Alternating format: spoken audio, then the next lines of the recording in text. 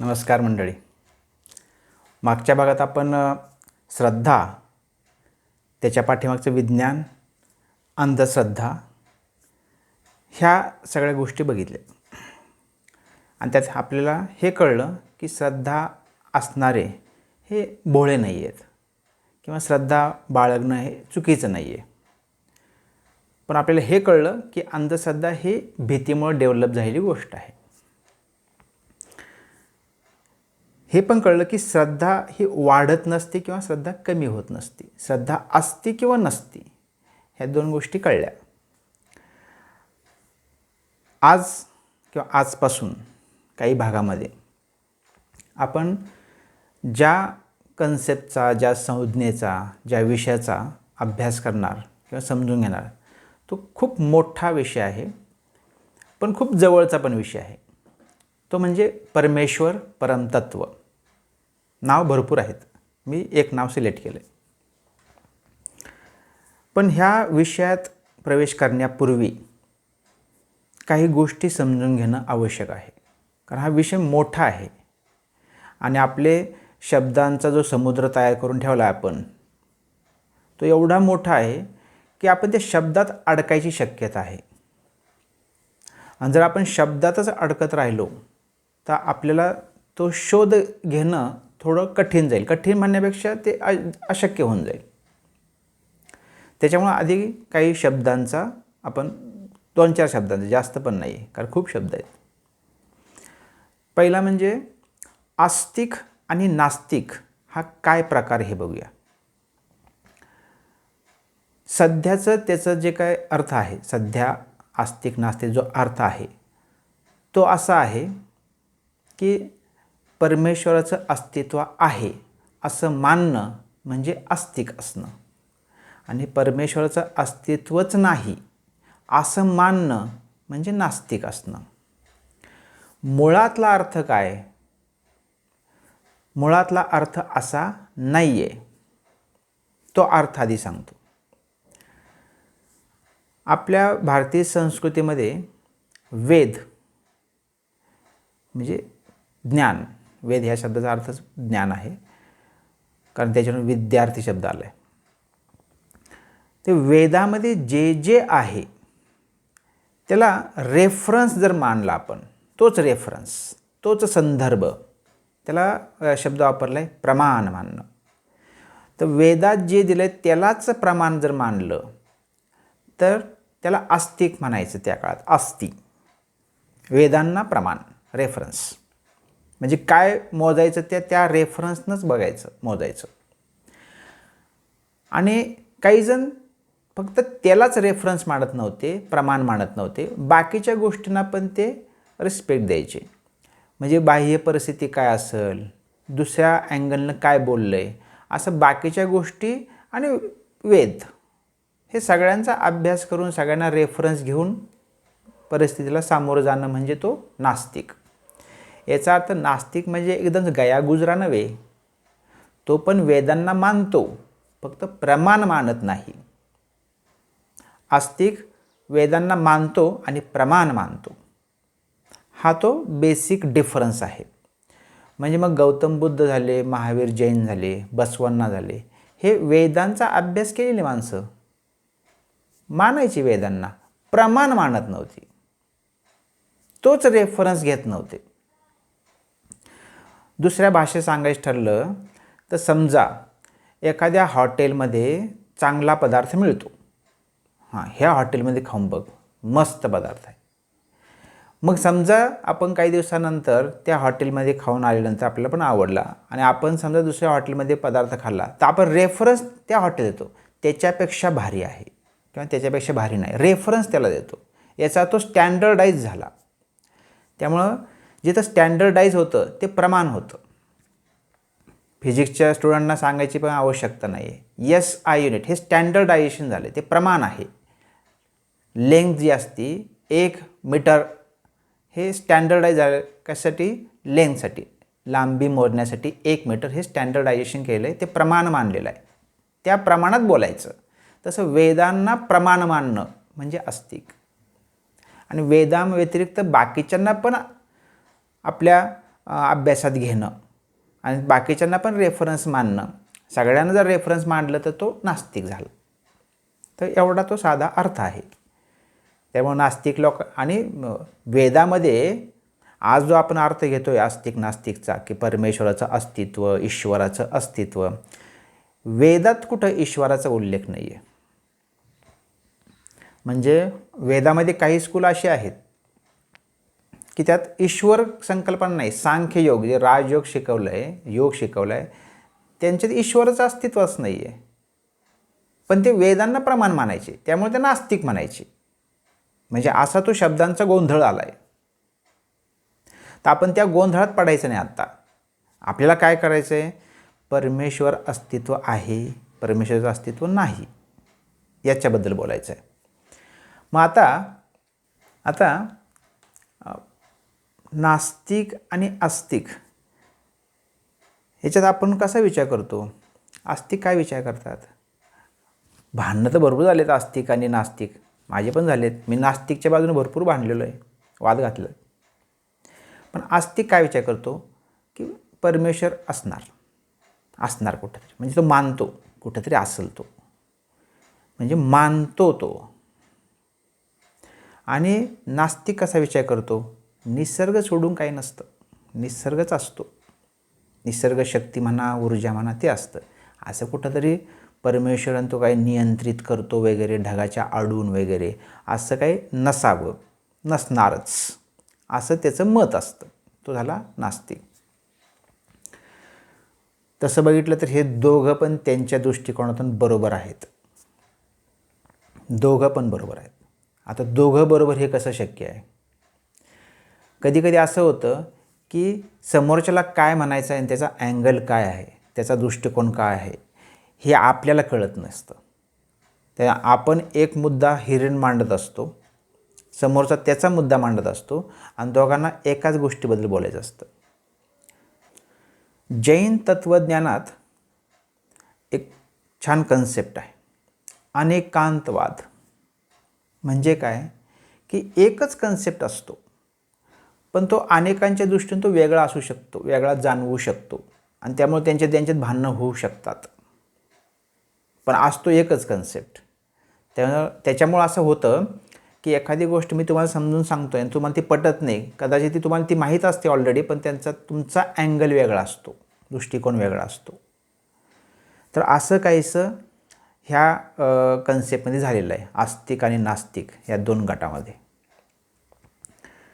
पुढचा प्रश्न असा आहे, कशाला पाहिजे हे परमेश्वर वगैरे, आहे नाही, म्हणजे काय चाललं आहे ते बरं चाललं आहे ना, आपलं आपलं काम करावं, आपलं कर्तव्य पालन करावं, कमवावं, मस्त मजा करावी, एन्जॉय करावा, शक्य तेवढी मदत करावी, ज्याला पाया पडायचं त्यांनी पाया पडावं, ज्याला मानायचं त्यानं मानावं, ज्याला नाही मानायचं त्यानं नाही मानायचं. सांगितलं आहे कोणी हे, याचा शोध घे, आहे का नाही. तर त्याला पण कारण आहे. प्रश्न बरोबर आहे, पण त्याला कारण आहे. समजा आपण बऱ्याच वेळ एका विशिष्ट अवस्थेत बसलो, शरीराच्या विशिष्ट अवस्थेत बसलो, मग ते टी व्ही बघताना असेल, काहीतरी मॅच बघताना, काहीतरी कशा तरी ते तल्लीन झालेत. तर ज्यावेळेस ते संपतो, तो विषय संपतो आणि आपण बाजूला होतो, तो बघतो कच पडला आहे. म्हणजे शरीराला कच पडला, हाताला कच पडला, पायाला कच पडला. आणि कच पडणं ही चांगली गोष्ट नाही आहे. म्हणजे वेदना, थोडी वेदनादायक आहे. जास्तच कच पडला तर खूप त्रास होईल. पण हे कच पडलेलं आपल्याला दिसतं ना, कारण आपण शरीर बाजूला करू शकतो. समजा कच पडायच्या आधीच कोणीतरी आपल्याला सांगितलं कच पडेल बरं का इथं, मग आपण हात बाजूला घेऊ आधीच, म्हणजे आपण टाळू शकतो. शरीर आपल्याला दिसतं म्हणून आपल्याला कच दिसतो, पण जर मनाला कच पडला तर बघायचं कुठं. तर मन तर दिसत नाही आहे. शास्त्रज्ञांनी खूप प्रयत्न केले मन कुठं असतं शोधायचं. अजूनपर्यंत शोध नाही लागला. त्याच्याबद्दल आपण तर बोलणारच आहे, कारण हा आजचा विषयच तो आहे. पण मनाला जो कच पडला आहे हा कुठल्या फॉर्ममध्ये असतो तो कच, तर तो कच अनेक फॉर्ममध्ये असतो आणि आपल्याला तो दिसणार नाही, पण तो जाणवतो. चिंता, भीती, राग, अस्वस्थता, पुढं काय होईल, एखाद्याबद्दलचा द्वेष किंवा उदासीनता, सगळं सोडून द्या वाटतं, काय नको. हे जे मनाच्या ज्या अवस्था आहेत हे चांगल्या की वाईट हे मी सांगायची गरज नाही आहे. मग हे जर वाईट असेल याचा अर्थ हा एक प्रकारचा कच असतो तो मनाला पडलेला. याचे कारणं अनेक असतात. कारणं असतात, जसं शरीराला कच पडलेलं कारण असतं, याला पण कारणं असतात, पण ते कारणं आपल्या लक्षात येत नाहीत. इथं आपल्या लक्षात येतो मला याचा कच पडला, ते लक्षात येत नाही. पण हे जर असं बाजूला केलं, बरं वाटलं, जरा कच पडला होता बाजूला केलं, तसं मन जर बाजूला केलं तर बरं पण वाटतं. मन कसं बाजूला करतात माहिती? एखादा साधू, संन्यासी किंवा योगी एखादा मंत्र देईल तुम्हाला, हरे राम हरे कृष्ण कृष्ण कृष्ण हरे हरे, असं त्या एका रिदममध्ये म्हटलं तर एक हिलिंग इफेक्ट मिळतो, मस्त वाटतं. इस्कॉनचा मंत्र आहे, किंवा विठ्ठल विठ्ठल विठ्ठल विठ्ठल, बरं वाटतंय. ओम साईराम, बरं वाटतं. किंवा खंडोबाचं एखादं जोशपूर्ण गाणं सगळं विसरायला लावतं ना. कोणतंही घ्या, विसरायला काय लावतं? दुःख. याचा अर्थ मन तात्पुरतं बाजूला झालं असतं त्या कचापासून, त्या अवस्थेपासून. म्हणजे आपल्याला हे कळतं की हे बरं वाटतंय, पण याचा आपण अभ्यासच करत नाही की हे जे आम्हाला कच पडतोय कायम कायम, हा का पडतो? हा नाही पडला पाहिजे. मग कच कायम आनंदी राहायला पाहिजे. मग याच्यासाठी काय करायला पाहिजे? याच्यासाठी दर्शन घ्यायला पाहिजे. कोणाचं दर्शन घ्यायला पाहिजे? तर परमतत्वाचं दर्शन घ्यायला पाहिजे. मग दर्शन घेतल्यानंतर हे सगळे कच आणि सगळे दुःख निघून जाईल का? हो, निघून जाईल. मग हे दर्शन घेण्यासाठी मग आस्तिक पाहिजे का नास्तिक पाहिजे? काही संबंध नाही. शब्दांचा खेळ करायची गरज नाही आहे. आस्तिक पण तिथंच पोचणार, नास्तिक पण तिथंच पोचणार. एखादा म्हणाल परमेश्वर आहे तो, एखादा म्हणाल ते निसर्गाचं तत्व आहे, ते एखादा म्हणाल ते विज्ञान आहे, बेसिक आहे ते विज्ञानाचं.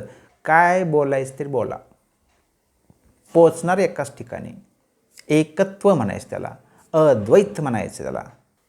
मग आता शेवटचा मुद्दा याच्यातला असा आहे की खरंच त्या तत्वाचं, परमतत्वाचं, श्रेष्ठ तत्वाचं खरंच दर्शन होतं का? दर्शन असतं का त्याचं? असा काही प्रकार होईल का? मग ते नाव तुम्ही द्या, विज्ञान द्या, विज्ञानाचं तत्त्व द्या, दर्शन द्या, परम द्या, तत्त्व काय नाव तुम्ही ठरवा. आस्तिकवाल्यांनी त्यांचं नाव ठरवावं, नास्तिकवाल्यांनी त्यांचं नाव ठरवावं. आपण तर नाव ठेवण्यातच चाललो आहे सगळं. तर हा प्रश्न आहे, खरंच त्याचं दर्शन होईल का? तर दर्शन ह्या शब्दाचा अर्थच तत्व आहे. पहिली गोष्ट म्हणजेच ते विज्ञान आहे, शास्त्र आहे. म्हणून तर तत्वज्ञान झालं ना ते, दर्शनाचं ज्ञान झालं ते तत्व शोधायचं जे काही ज्ञान आहे, शास्त्र आहे, त्यालाच तर तत्वज्ञान म्हणायचं. फिलॉसॉफी म्हणतात इंग्लिशमध्ये. तर खरंच असं दर्शन घडेल का आपल्याला? ज्यावेळेस प्रश्न मनात येतो, कुठलाही प्रश्न, त्याचं उत्तर असतं का? तर बऱ्याच जणांचं म्हणणं असेल काही प्रश्नांचं उत्तर असतात, काही प्रश्नांचे उत्तर नसतात. तर एक वाक्य सांगतो मी. जर मनात प्रश्न आला, कोणाच्याही मनात येऊ, प्रश्न जिथं निर्माण होतो समजून घ्यायचं त्याचं उत्तर असतं, नाही तर प्रश्न निर्माण नाही होत. मी एक उदाहरण देतो. समजा मी असं म्हटलं की मला माझ्या घरापासून कामाच्या ठिकाणापर्यंत जाण्यासाठी रोज अर्धा तास लागतो आणि काल मात्र मला अर्ध्या तासाच्या प्रवासाला 2.5 तास लागले. झालं, मी एवढंच बोललो. तर तुमच्या मनात प्रश्न पडेल, काय झालं? प्रश्न पडला. मग ह्या प्रश्नाचं उत्तर असणार ना. मी सांगितलं नाही अजून. पण समजा मी असं म्हटलं की रोज मला अर्धा तास लागतो, पण आज काय झालं की असं गाडीचा प्रॉब्लेम झाला, मग असं मी गॅरेजमध्ये गेलो, मग ते इतका वेळ लागला. मग हे सगळं मी प्रॉब्लेम सांगत घटना सगळी सांगितली आणि त्याच्यामुळं माझं ते 2 तास तिथं गेले ना. आणि त्याच्यामुळे रोज अर्धा तास लागायचा ना, आज 2.5 तास लागला. मग तुम्ही मला प्रश्न नाही विचारणार काय झालं, कारण तुम्हाला ती पूर्ण घटना कळाली. याचा अर्थ घटना ही फक्त घटना असते, घटित असतं. त्यात प्रश्न त्यात उत्तर नसतात. तो एक प्रवाह असतो. घटना एक प्रवाह असतो. त्याला कार्य म्हणतो आपण. त्याला कार्य म्हणायचं. त्याला कारणं असतात.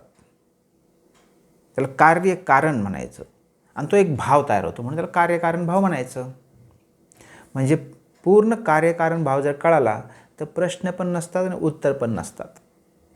म्हणजे पूर्ण ज्ञान जर झालं तर प्रश्न पडत नाहीत आणि पूर्ण अज्ञान असलं तरीही प्रश्न पडत नाहीत. मी काही बोललोच नाही अर्धा तास लेट झालं ना 2.5 तास लेट झालं.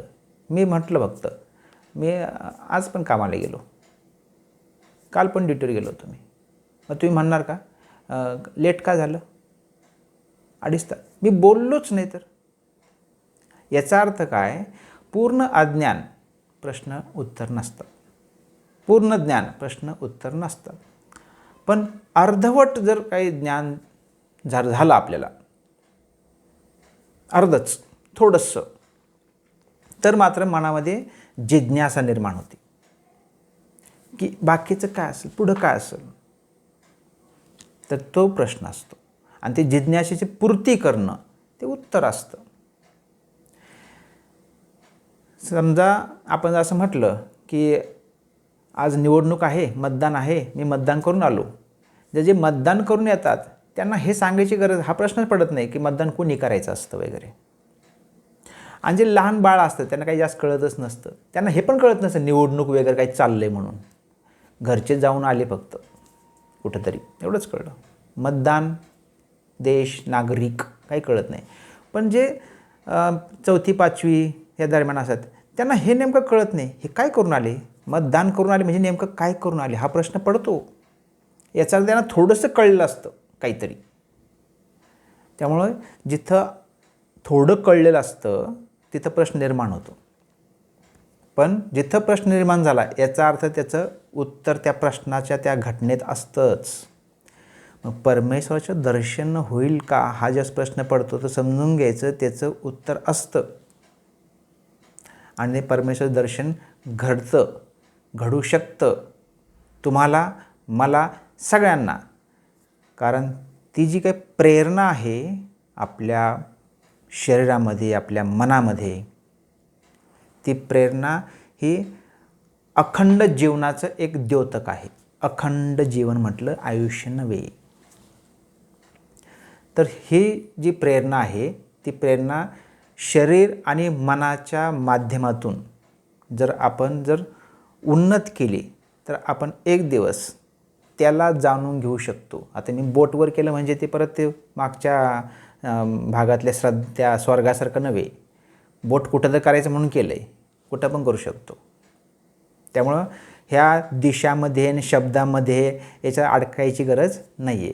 तर आपल्याला शरीर आणि मन हे पहिल्यांदा मी घेणार आहे आणि त्या माध्यमातून आपण हळूहळू परमात्म्याच्या दर्शनाकडे जाणार आहोत. तर आजच्या भागात मी इथं थांबतो, कारण हा भाग मोठा होईल म्हणून मी पुढच्या भागात तो मांडणार आहे की शरीर आणि मन ह्या माध्यमातून आपण पुढं कसं जायचं, त्याचं दर्शन कसं मिळेल आपल्याला. तर आपण पुढच्या भागात शरीर आणि मन यांचा थोडासा अभ्यास करून नेमकं आत काय काय चालतं हे बघणार आहोत. धन्यवाद.